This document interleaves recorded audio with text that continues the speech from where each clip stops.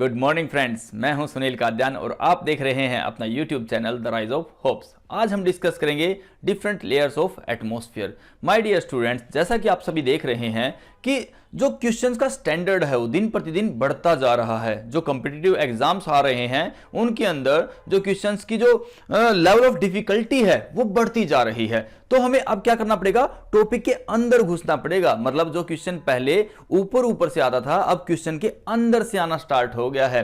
तो अगर मैं बात करूं पहले क्वेश्चन कैसे आता था स्फीयर से, जैसे आपका एटमॉस्फेयर क्या होता है, बायोस्फीयर क्या होता है, लिथोस्फीयर क्या होता है, हाइड्रोस्फीयर क्या होता है, ये इनके बारे में क्वेश्चंस आते थे। लेकिन अब क्या आ रहे हैं, इनके अंदर से क्वेश्चन आ रहे हैं। तो हम आज स्टार्ट कर रहे हैं अपना एटमॉस्फेयर, उसकी लेयर्स के बारे में बात करते हैं। हम बात कर रहे हैं different layers of atmosphere. Atmosphere की 4 लेयर होती है माय डियर स्टूडेंट्स। जैसे हमारी अर्थ है उसका एक एटमॉस्फेयर है, उसके अंदर डिफरेंट डिफरेंट गैसेज हैं, उनमें से कुछ हैं जो हमारी हेल्पफुल हैं, कुछ बुरा प्रभाव प्रोड्यूस करते हैं। अब यहां हम गैसेस की बात नहीं करेंगे, हम यहां पे क्या करेंगे, हम इसकी लेयर्स की बात करेंगे। लेयर्स कितनी होती हैं, इसकी 4 लेयर्स होती हैं। सबसे पहले कौन सी आती है, ट्रोपोस्फियर आता है, फिर स्ट्रेटोस्फियर आता है, फिर मेसोस्फियर आता है, फिर थर्मोस्फियर आता है। सबसे पहले कौन सा आता है, ट्रोपोस्फियर। कहां पे नाम सुना आपने ट्रोपोस्फियर? ट्रोपोस्फियर आपने सुना होगा ग्लोबल वार्मिंग के टाइम पे, ग्रीन हाउस इफेक्ट के टाइम पे, जब हमने कहा था कि CO2 की एक लेयर बन जाती है और कहां बनती है, ट्रोपोस्फियर पे बनती है। स्ट्रेटोस्फियर वर्ड कहां सुना था, जब हमने ओजोन, गुड ओजोन की बात करी थी, O3 की बात करी थी, तो लेयर कहां बनती है, स्ट्रेटोस्फियर में बनती है। उसके अलावा जो 2 नाम है वो आपके लिए नए होंगे, मेसोस्फियर और थर्मोस्फियर। हमें पता होना चाहिए कि किस डिस्टेंस पे, अर्थ से किस डिस्टेंस पे हमारा कौन सी लेयर आती है। डिस्कस करते हैं। Troposphere, lowest layer of atmosphere that lies next to the surface. मतलब अर्थ है, जो हमारी अर्थ है, मैंने एक छोटा सा डायग्राम बनाने की कोशिश की है। अगर ये सबसे छोटा गोला हमारा अर्थ है तो जो सबसे पहला गोला है कितनी दूरी पे है, 14 किलोमीटर पे है। तो ये घेरा है जो आपका, वो कौन सा आपका, ट्रोपोस्फियर है। स्फीयर मींस क्या होता है, गोला होता है ना। Most of the air that makes up the atmosphere is found in the troposphere. जो ट्रोपोस्फियर है उसी के अंदर जो हमारा जो मेन एटमॉस्फेयर कहते हैं ना, जो कि एटमॉस्फेयर हमारे जिंदा रहने के लिए जरूरी है। तो जो हमारी गैसेस का भंडार है, जो भी हमारे जिंदा रहने का आधार है, वो कहां पे है, ट्रोपोस्फियर के अंदर है। It extend up to about 14 kilometre और you can say 9 miles. 9 miles तक ये फैला हुआ है, क्या, ट्रोपोस्फियर। जो ऑक्सीजन है, कार्बन डाइऑक्साइड है, वो कहां पाई जाती है, हमारी ट्रोपोस्फियर के ऊपर पाई जाती है। नेक्स्ट हमारा है stratosphere. It begins at the top of the troposphere. भाई जैसे ही हमारा ट्रोपोस्फियर खत्म हुआ तो हमारा कौन सा स्टार्ट हो गया, स्ट्रेटोस्फियर स्टार्ट हो गया। इसलिए इसने कहा it begins at the top of troposphere and extends up to about 50 kilometre means 31 miles.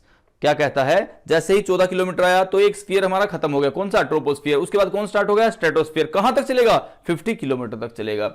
Above the surface of earth. As you move up into the stratosphere, the air temperature increases. जैसे जैसे हम ऊपर जाते जाएंगे हमारे air का temperature कैसा होता जाएगा, बढ़ता जाएगा। Good ozone layer is found here. यहां पे क्या मिलती है, गुड ओजोन मिलती है। उसको सिंबल हम रिप्रेजेंट कैसे करते हैं, O3 से रिप्रेजेंट करते हैं। किससे प्रिवेंट करती है, अल्ट्रावायलेट रेज से हमें प्रिवेंट करती है, बचाती है। यहां पे बहुत इंपॉर्टेंट क्वेश्चन हमारा आता है कि ओजोन लेयर जो होती है वो एब्जॉर्ब करती है अल्ट्रावायलेट रेज को या रिफ्लेक्ट करती है या बोथ करती है। बच्चों ये दोनों चीजें करती हैं, एब्जॉर्ब भी करती है और रिफ्लेक्ट भी करती है। यहां पे आपका वेवलेंथ का एक कॉन्सेप्ट आता है कि कुछ वेवलेंथ पे क्या करता है, ये रिफ्लेक्ट करता है, कुछ वेवलेंथ को आप एब्जॉर्ब करता है। जो सबसे डेंजरस होती है उनको क्या करता है, रिफ्लेक्ट कर देता है। जैसे मैंने एक लेक्चर के अंदर आपको बता रखा है UVA type, UVB type, UVC type. जो A और B टाइप है उसको क्या करता है, वो एब्जॉर्ब कर लेता है और C टाइप को क्या करता है, रिफ्लेक्ट करता है। जितनी अल्ट्रावायलेट रेज की वेवलेंथ कम होती जाएगी वो ह्यूमन बॉडीज के लिए उतना ही डेंजरस होता जाएगा। ध्यान रखना, एक क्वेश्चन भी आ जाता है। नेक्स्ट हमारा मेसोस्फीयर, नंबर 3 पे आ जाते हैं। Mesosphere it begins at about 50 kilometre. भैया स्ट्रेटोस्फीयर खत्म हुआ तो तीसरा कौन स्टार्ट हो गया, मेसोस्फीयर। कहां से, 50 किलोमीटर से। Extends up to 80 kilometre. तीसरा घेरा कहां तक जाएगा, 80 किलोमीटर तक जाएगा। किसका बनेगा ये, मेसोस्फीयर का।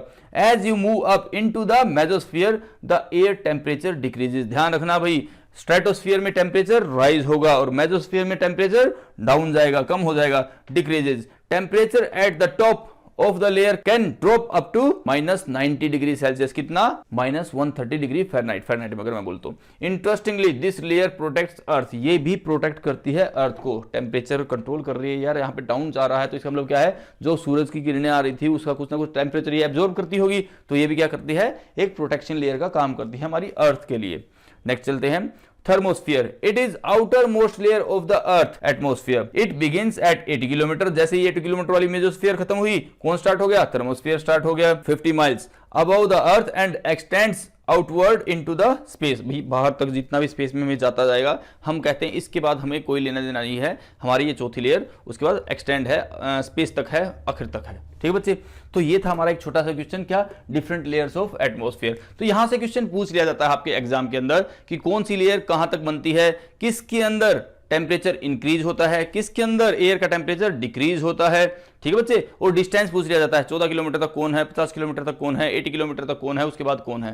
पहले नंबर पे कौन आता है, अर्थ के नजदीक कौन है, ये क्वेश्चन भी आया हुआ है कि अर्थ के सबसे नजदीक कौन सा स्फीयर है, ट्रोपोस्फीयर है। तो ये इस तरह के आपसे क्वेश्चन पूछे जा सकते हैं। बहुत इंटरेस्टिंग टॉपिक है, बहुत ईजी टॉपिक है, आई थिंक आपको समझ में आया होगा। फिर भी किसी का कोई डाउट है आप कमेंट बॉक्स में लिख सकते हैं। Okay dear students, thank you very much, bye bye, take care, God bless you.